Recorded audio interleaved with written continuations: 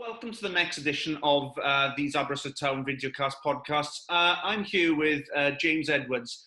For those who don't know, James Edwards is a former media officer at Abrasive Town, lifelong supporter, and currently media officer at Leicester City Football Club. James, lovely to see you, mate. How are you keeping? Yes, all good, Matt. Thank you. Lovely to be on, and nice to see you again. So keeping busy with the Foxes at the moment. Great start to the Premier League season you've had.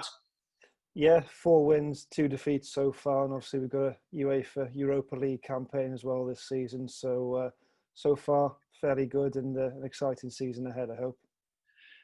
So it's worlds of difference from growing up going down to Park Avenue as a youngster. So let's explore that to start off with. Obviously, people who know you will know that your dad is a massive Aberystwyth Town fan and member of the board now. But what was it that made you start going down to Park Avenue for the first time? I think it was just that. I've been told I was taken down there as a baby in a pram, so it stems back 26 years now. So since I was first taken down to Park Avenue, but no, as a team I grew up watching. They were my local team, the club I support, the club I love. Probably earliest memories for me was, I think, from about 9-10 years old onwards. So it'd have been 2004. I remember Gary Finlay as a defender. We had the likes of John Worsnop in goal, Barry Morgan, David Burrows, all those type of players. So great early memories, and yeah, they were the first type of memories. Who else do we have? We had Lee Spike, John Worsnop, as I mentioned. Just loads of really, good players and a good team, and just sort of, I caught the bug really early on, and didn't look back. It's always a proud moment really as a family when you get that the bug kicks in. Your dad must have been very proud. He's like, when he suddenly realised you're going of your own accord now. You're not just being forced to go down. It's like, phew, I've done my job well. Yeah, no, I used to love going down. Used to love just being there, even when it wasn't even a match day, just kicking the ball around on the AstroTurf, helping out with some of the committee members, painting, and just being there, just being part of the club, and really sort of growing up with the club, and just having a great time as a young kid. And as you said there, you looked to help out wherever you could. And I think it was 2011 you took over as media officer, am I right in saying? Yeah, it would have been something. I think it might have been a little bit earlier. I think it was when I was about 15. So yeah, it's one of those. I remember going to high school, year 7. So I'd have been about 11, 12, and we had one of these careers meetings with the school's teachers. Now, I was asked back then, what would you want to do with your career? And I replied, even then, I just want to write about football and just be involved in football in sort of in a journalist capacity. And I followed that through, and here today. So yeah, I'm glad I've kept to what I've wanted to do and followed that path, and it's been a really, really enjoyable path so far. The media world has evolved so much in the last, decade, just 15 years or so now, and you've probably been at the forefront of that, seeing where football reporting just gone from just writing stuff down now to social media, to websites, to Instagram, Twitter, and all those type of stuff. How much of a beneficial experience has it been at Arbor and being at the forefront of that, especially as Welsh media went towards the Super 12 and become better? Yeah. I always say it was an amazing sort of grounding, because at Aber, thanks to the help of the likes of Thomas Crockett, gave me the opportunity to run the website, to write the programme, to do a little bit of social media, and it was an amazing experience. As a 15-year-old lad, to be given those sort of responsibilities. I'd write for the local paper, doing the match reports. I'd be doing updates for Radio Ceredigion from the games. It was just amazing, and if it wasn't for Abrasive Town, I definitely wouldn't be in the position I am today, because as a young lad, to be able to put stuff like that on your CV was invaluable, really, to me, and it's something I'll always be grateful for. Like I say, it's a club close to my heart. Even now, I always look out for the results and always checking social media. But no, like I say, amazing club, amazing people, and had a fantastic upbringing at the club. There's no pressure on us as the social media team now, with the proper professional looking in and checking how we're getting on now. To be fair, mate. To be fair, mate, it's been really good. Obviously, living away from Aber now in Leicester, the job you guys have been doing has been really good. It's bringing the fans closer than ever to the team, and in what is really difficult times. So the work you guys have been doing behind the scenes, media-wise, on social media, all the interviews has been really good. And keep it up, mate. Oh, I really appreciate it. Thank you, mate. So once you came to 18, you left Aberystwyth. How could you? But you went to Preston to study in university, and you were very, very successful up there. Yeah, so I did a sports journalism degree in Preston for 3 years, which was a really a good time in my life. Managed to get lots of work experience, and it was something that was sort of we were encouraged to do. It was quite a practical course.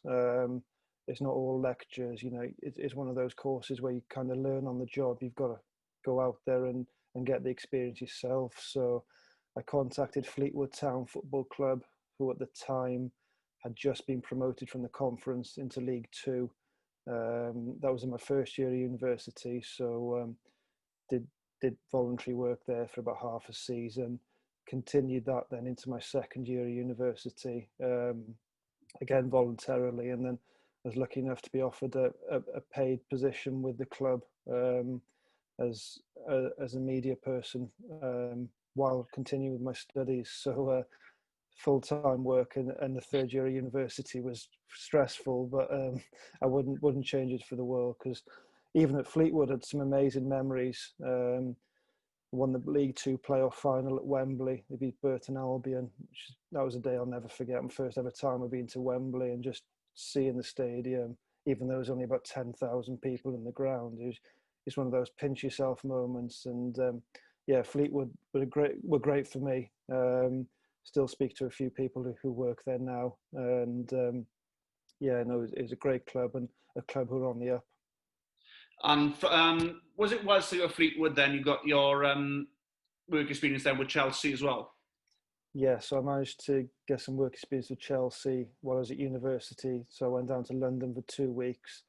I also managed to get some work experience at Manchester City for 10 days it was. So amazing experiences, and just sort of being in and around those type of clubs just really sort of made me realise, this is definitely what I want to do. And just having that opportunity as a young man was amazing for my development, and like I say, definitely made me realise that a career in this field was what I wanted to pursue.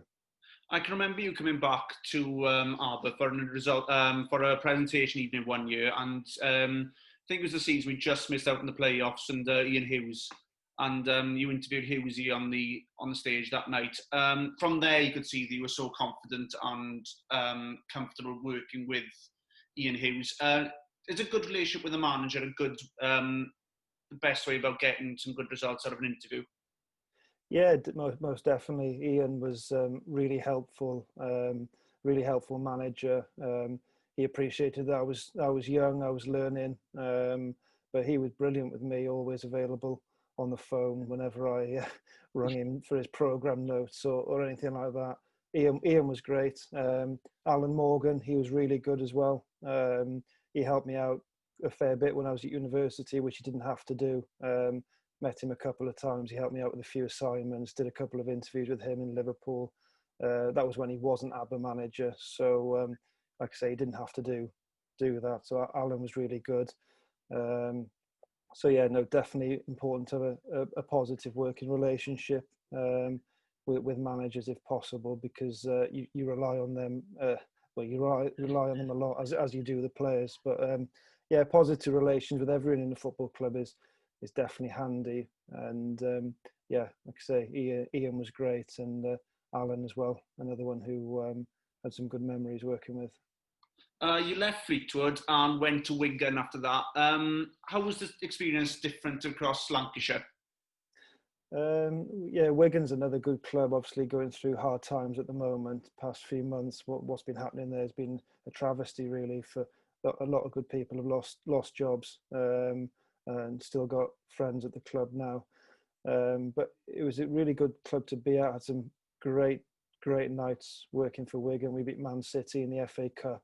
To get to the quarterfinals. Will Grigg scored at the DW, and that's a night I'll never forget. It was a pitch invasion, just I can remember incredible. seeing that. I was in a bar in Vegas, walking through a bar in Vegas going, what's going on here? How are Wigan beating Man City? This is ridiculous. I think I saw a stat, something like City at about 83% possession and Wigan 17. And, when Will Grigg scored that goal, the place erupted, and it was just incredible scenes. But obviously, when I was at Wigan, they were sort of in between League One and the Championship. So, dealing with higher profile players and different people was another good learning curve, and just an opportunity to progress again, and a thoroughly enjoyable 2.5 years at Wigan. And finally, we come on to the modern day now. How did that opportunity with Leicester come about for you? So I saw the post advertised online and just thought, why not go for it? It just felt like a really good opportunity, and I was very fortunate to be offered the job. Went for an interview, and like I say, yeah, very fortunate to be offered the job. I feel very, very lucky to be in the position I am. Ultimately, just watching football most weekends and being around an elite environment every day at the training ground is, it's one of those, like I mentioned it previously, it's one of those pinch yourself moments when you walk in and you're working with world-class footballers, likes of Jamie Vardy, James Maddison, Charles Soyuncu, Wilfred Ndidi, Kasper Schmeichel. The list is endless. And when you watch the Premier League games in the flesh, you just realise how privileged I am to be in that position. And I go back to Aber. If it wasn't for that grounding at Aber and the learning and development I had at the club as a young kid, then I definitely wouldn't be where I am now today. And talking of that development, from what you've seen, from when you started watching Abrasive Town, we go from age 9, we won't go from 9 months because we obviously can't remember it, up to where you do get back now. How have you seen the league develop and Aber develop over that time? Yeah, the league's definitely developed. The league got stronger, better players. Super 12, when it first came in, was a bit of a contentious idea. I think it still splits opinions. But I think the league's drastically improved now. Stadiums are improving. Surfaces are a lot of them are now 4G surfaces. And clubs are evolving. Community clubs need income, need finances. So I think right way to go forward with 4G surfaces. It's obviously certainly helped our club. But league is good. And there's some really good players in the league. I still try and watch as many games as I can on Scorio and S4C on my laptop, and really just enjoy being a fan of Welsh domestic football. James, thank you so much for your time this evening. I really appreciate you giving up your time, especially with your big Europa League game coming up tomorrow evening. Before you go, we'll do a quick fire questions for you. So the first question I've got is your best or favourite Aber player of all time. This is a tough one. There's quite a few who I could mention. Best Aber player of all time. I'd probably go for Jeff Kellaway. Always enjoyed watching Jeff play. An exciting player. You always just knew when he had the ball, he'd create something, and if he was one-on-one on goal, more often than not, he would find the back of the net. He had a really good spell at Aber on a few occasions. But yeah, Jeff's up there. Honourable mentions for likes of Barry Morgan, Freddie, Sherbs, Chris Venables. But I'd probably go with Jeff. What's your favourite Aber memory of all time? Favourite memory of all time? It's been a few. Probably the best one 2008, 2009 Welsh Cup semi-final. Aberystwyth 3, Carmarthen 2 at Haverfordwest. 2-2 after 90 minutes. Then in extra time, Freddie scored I'll never forget, behind the goal. Corner in for Chris Venables' corner, and Freddie just leapt out the air, headed back post, and it's unbelievable. And that's a memory. More recently, obviously, another Welsh Cup one. We beat Newtown 3 or 4 seasons ago now in Bala in the semi-final to get to the Welsh Cup final again. But another one, weirdly, it was a 4-0 defeat. However, back in 2014 when we played Derry City in the first round of the Europa League, it was a nightmare of an evening when Mike Lewis sent off in goal early on. Obviously lost the second leg heavily as well. But just to be in Derry that evening and just, regardless of the result, just seeing the club that I love in a European competition, just being there and just feeling proud of a small town from Midwest Wales, sort of on the European stage was definitely something I'll never forget. And go off script here slightly. Could we delve into that European night at Derry and at Abrasive Town? How proud were you, and how much work was it in comparison to the usual league officialing type of stuff that we've had for having to deal with the Europa League standards? Yeah, it was a good experience being so young, dealing with Irish media and UEFA. Was really good learning curve. Learned a lot. Managed to gain a lot of experience from those 2 games, and it sort of helped me to develop as a person. Because in media you deal with so many different people, and from different countries, different nationalities, different languages. And, it can be tricky sometimes, but it's great to be involved in the game. And the 2 games against Derry were certainly beneficial to me as a person, and I took a lot away from them. I'll go back to the script now. Your least favourite or worst Aber memory? Worst Aber memories. There's been a few bad ones. Losing the 2 Welsh Cup finals hurt a lot. Probably one of the worst ones that sticks in the memory. September 2012, we lost 7-1 at Bangor City. We're 4-0 down after 20 minutes. 6-1 down. Sorry, Jordan Follows made it 4-1. We were 6-1 down after 35 minutes, and I'll never forget. It was a live game on Scorio, and me and my dad were in the stand opposite at Namporth. Opposite the main stand. We were in the stand running along the touchline, and the Scorio camera is panned in on me and my dad, looking just really, really glum, really sort of one for the family album. Yeah, just looking there, depressed, like what's going on, and just one of those memories that I'll never forget. But it was just happened to catch us on the TV cameras, not looking our best. Sum up Aber in 3 words. Aber in 3 words. Where it started, I suppose. I go back to it again. If it wasn't for Aber, I wouldn't be where I am today, and I do genuinely mean that. If I hadn't had the experience and the opportunities, then I don't think I'd be in this position. So yeah, it's where it all started for me, and it's a club I love and a club I'll always be associated with. And final question, you're the manager. Construct your all-time Aberystwyth Town 5-a-side team. Wow. All-time 5-a-side team. In more recent times, and as I got older and sort of watched Aber more and more, let's go for Steve Canning goal. Freddie as a defender, with midfield's tough. Luke Sherborne and Chris Venables as 2 midfielders, and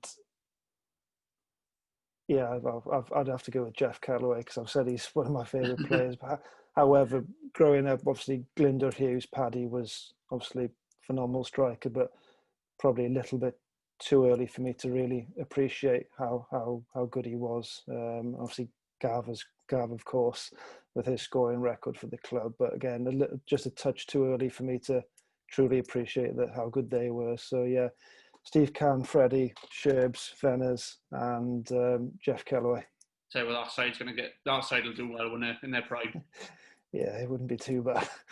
James, thank you so much for joining us this evening. Really appreciate you coming.